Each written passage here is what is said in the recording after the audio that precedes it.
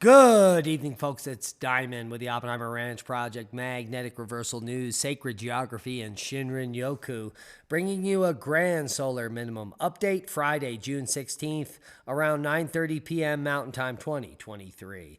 Almost 500,000 people without power in the southeast due to severe storms, and that's the big story. 50 million under severe storm threat today as one Texas town digs out after deadly tornado. Keep calm, it's boom time. More than 50 million people across a large swath of the U.S. are under a severe weather threat Friday, one day after storms cut a deadly path across Texas and Florida. 3 people were killed in Perrytown, Texas, when ruinous tornadoes slammed the town Thursday. The fire chief told CNN, "Holy macaroni." The storm also sent up to 100 people in the Texas Panhandle to the hospital, and it's big news. Texas Tornado News. Shocking drone footage reveals the scale of the destruction. Actually, this is just showing some of the tornadoes. This is the tornado. But we do have footage of some of the destruction. Town of Perryton Thursday. That's about 2 hours northeast of Amarillo near the Oklahoma border. And right now we know at least 3 people are dead, dozens are hurt, and that number could grow as several people have been reported missing. It's expected to take days to restore power. The hospital is on generators. And closer to home, severe weather continued to pound North Texas overnight. Lightning and heavy rains drenched Sanger, Texas. That's about an hour north of Dallas. And with severe storms comes the hail. Hail has fallen for the 6th straight day. Chloe Hawkins sent us these pictures. Wow, you can see this is baseball-sized hail. And 23 tornadoes have been reported across 6 states this week. ABC's Morgan Norwood has the latest as hundreds of thousands of people are under new alerts for more strong storms. Perrytown, Texas, near Amarillo, pummeled by a powerful tornado. Total devastation. Tearing through overnight, killing 3 people and injuring at least 56 others. Still have 1 unaccounted, 3 fatalities, and just a rough guess, over 200 homes have been destroyed. The storm's path more than a mile long. 2.5 blocks is pretty well completely wiped out. The town out of power, the local hospital running on generators, the state deploying emergency resources across the city. We've got 1 trailer on fire. We've got multiple trailers destroyed. In Campi, Florida, 1 person died after a tornado ripped through. Lightning scattered across the skies in Pensacola. And in Ohio, multiple twisters spotted. Heavy winds peeling this roof off a building in Toledo. And in Arkansas, massive hail raining down. And more storms on the way, with residents from Virginia to New Jersey on alert for damaging winds and hail. I'm Morgan Norwood, ABC News, New York.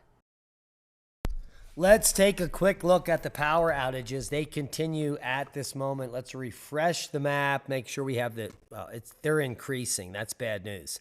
170,000 without power in Texas, increasing from 169 just a moment ago. 136,000 without power in Louisiana, 91,000 in Mississippi without power, 38,000 in Virginia, bringing the total to just about 500,000 people in the southeast. Now, West Alabama also issuing warnings. Big hail is the issue. Shut up, Al! Hail is just as important as snow. No one on the I-20 to the 59, now south of Tuscaloosa. Big hail cores are showing up in the gray in the Ville image on the right side of the graphic here. Winds could be reaching 70 to 80 miles per hour. In the stronger storms, new severe thunderstorm warnings for Hale County. Folks from Akron, Cypress, and Moundville need to prepare for huge hail of 3 inches in diameter or larger. Do not be out as the storm approaches, and do not be driving. It will break all of the windows in your vehicle. Happiness to devastation. Hailstorm pulverizes Livingston County farm crops. Take a look. The owners of Bentley Lake Farms in Marion Township, south of Howell, said a hailstorm Thursday night wiped out their vegetable and fruit crops completely. And they're not alone. Hail causes damage to Nooksby County crops. Take a look at this video. It's absolutely insane. Let's get some audio here. There were row crop families in Noxubee County suffered up to 50% yield loss after suffering damage from hail during the severe weather that came through parts of the state on Wednesday. Out of the state's 3 primary row crops, corn most likely suffered the most losses because of the later stage of its development once the storm hit. There were also reports of hail and wind damage on the other 2 crops. Literally a shredder event in Nooksby County, Mississippi. After a severe storm on June 14th dropped hail on Nooksby County, row crop farmland suffered up to 50% crop yield loss. That's beyond profit. Row crop specialists with the Mississippi State University Extension Service met with the affected growers at the MSU Extension Nooksby County facility the morning after the severe storms to assess the destruction. Now here's the storm aftermath in Georgia as UGA Extension cotton specialist discusses the hail damage. This is coming out on the 16th today. The Georgia Cotton Commission and the University of Georgia Cotton team are providing guidance to producers impacted by the hail damage from the storms this week. Take a look at this. Completely devastated. UGA Extension cotton agronomist focused on the steps that growers need to take over the next week in surveying the aftermath. Now, here's the problem with this destruction. The way that crop farm insurance is issued, that if you have damage like this, you don't want the crop to grow at all. You just want to kill it all. So you'll go out in the field and you'll hack it down yourself because you'll get 100% crop coverage from the government. If you don't have top yields, it's better for you to plow your crops under than to get the crappy yields that you will receive due to the storm damage. This is the problem with agriculture. They don't want you to actually grow food. It's more beneficial for you to plow it under, which will leave millions of people starving. Total devastation. One farm in Howell was hit particularly hard by hail during Thursday's storm. Let's take a look.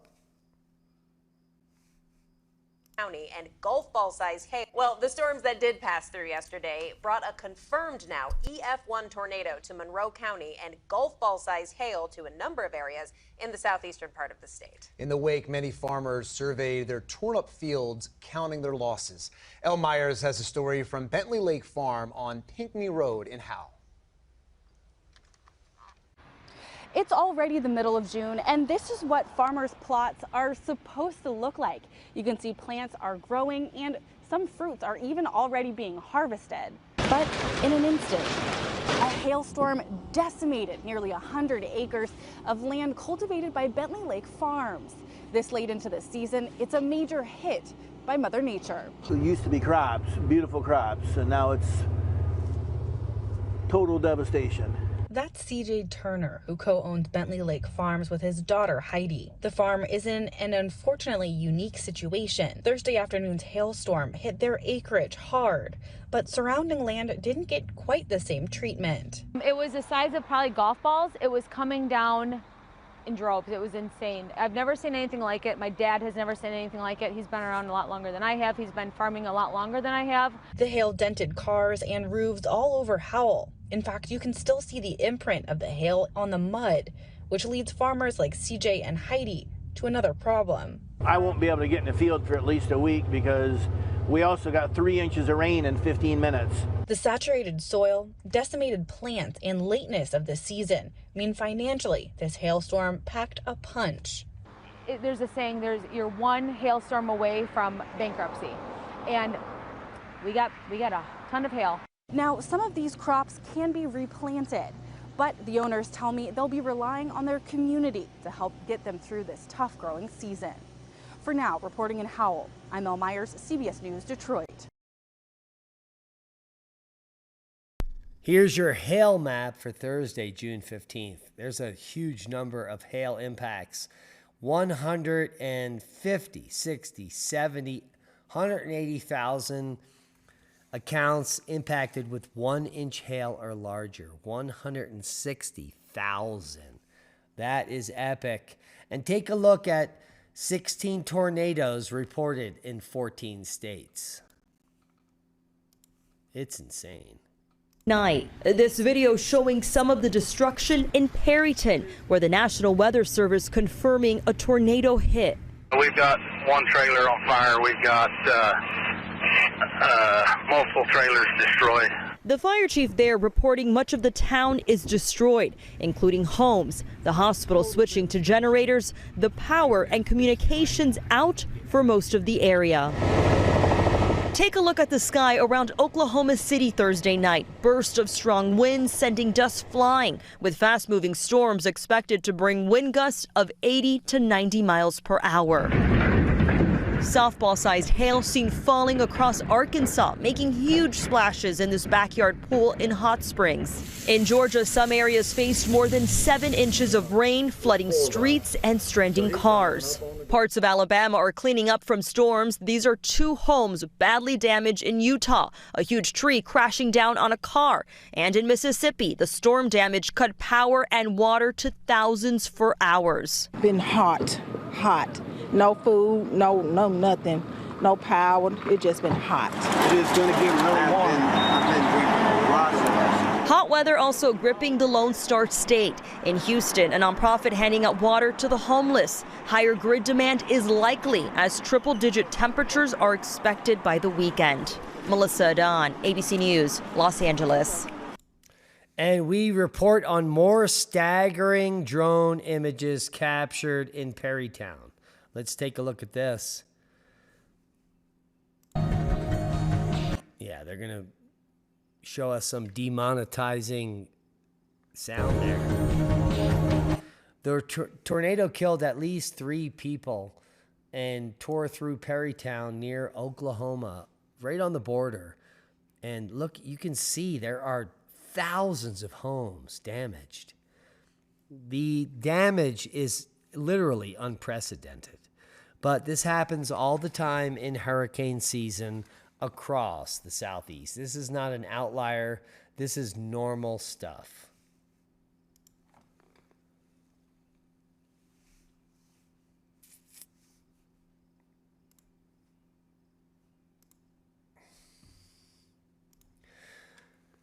The full forecast coming now. Storms in the plains to the Gulf Coast, persistent southern heat. Severe thunderstorms capable of very large hail and damaging winds will be possible from the Ozarks to the Gulf Coast and Florida. Dangerous heat in the south central U.S. and parts of Puerto Rico continue. Gusty winds and dry conditions will keep fire weather threats critical for parts of the Southwest. You can see those warnings and watches on the map at weather.gov. Click on your county for more info. Quick look at the GFS model shows snow falling in the high elevations of BC and Alberta. And that's good news because that's going to put out some of the fires as the severe weather threat moves forward. Most of the fires in BC and Alberta may be put out in the coming days, but the most severe weather threat is going to maintain in the southeast through the next few days.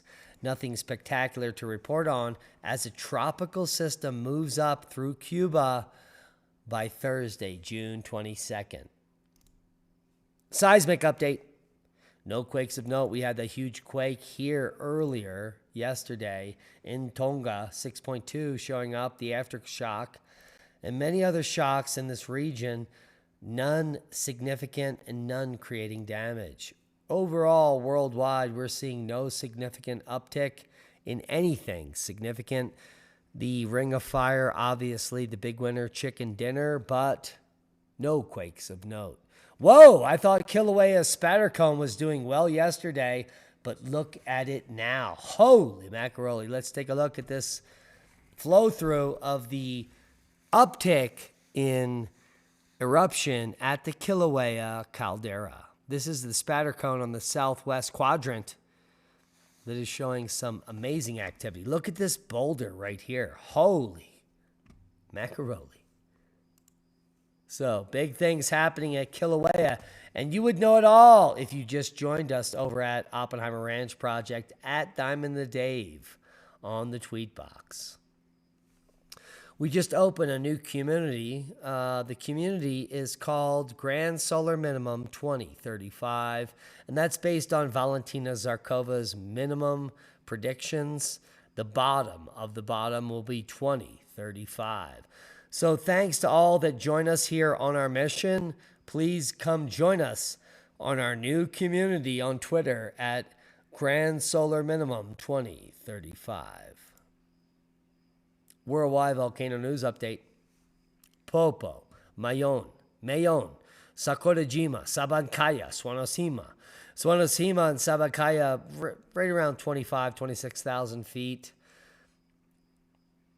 Nothing significant. Popo to 19,000. Mayon puffing to 9,000. That is not the eruption that we're waiting for. Sabancaya goes to 26. Swanosima to 7,000. Fuego to 15. Liwotolo to 7,000. And that is the day. We'll cap it off with the Mayon volcano in the Philippines. The eruption continues with lava flows from the summit vent, and it looks spectacular at night. Look at that. Holy mackerel. Let's blow this up. Let's open this image so we can all enjoy it. My goodness. Let's take a look at Mayon. Holy Mayon. Beautiful shot there from the Philippines. Now, what we're looking at here is Campi, Flegrei, and we're keeping a close eye on the seismicity, which seems to be repeating some kind of a cycle. It's actually creeping us out here at the channel, but it is there was an increased cycle here, repeated the next day and again, but it is reducing in activity. It looks like maybe a weekly cycle, an ebb and flow. And we're going to be keeping a close eye on this big one because it can erupt at VEI 6 or 7. Space weather news update. Here we are, space weather for June 17th, 2023. Nothing much happening on the solar max sun. We went into another quiet phase again. Let's look at the latest. No, I don't want to see that one. Let's look at the latest HMI intensity with none of those dumb numbers on it. We could see a few sunspots have turned over the limb. Nothing spectacular. One spot right here will be coming Earth-facing in just 7 days. But these spots are embarrassingly small for solar maximum. I have nothing else to say. Well, what I would say about the wildfires worldwide is that fearmongers abound. And anything they say about forest fires is probably untrue, including the data about forest fires in Europe.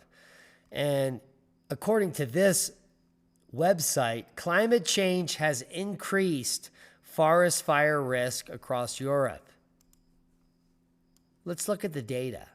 Here's the data for the last 50 years.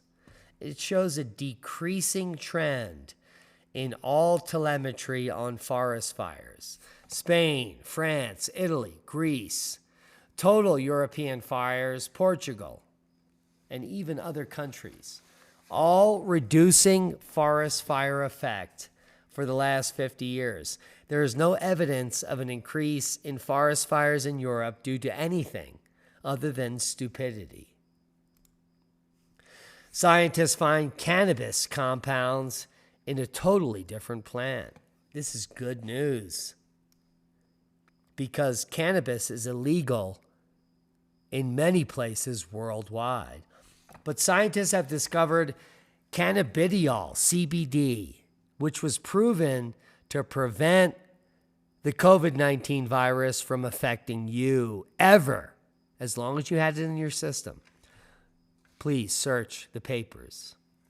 But they just found CBD in a common Brazilian plant, opening potential new avenues to produce the increasingly popular substance.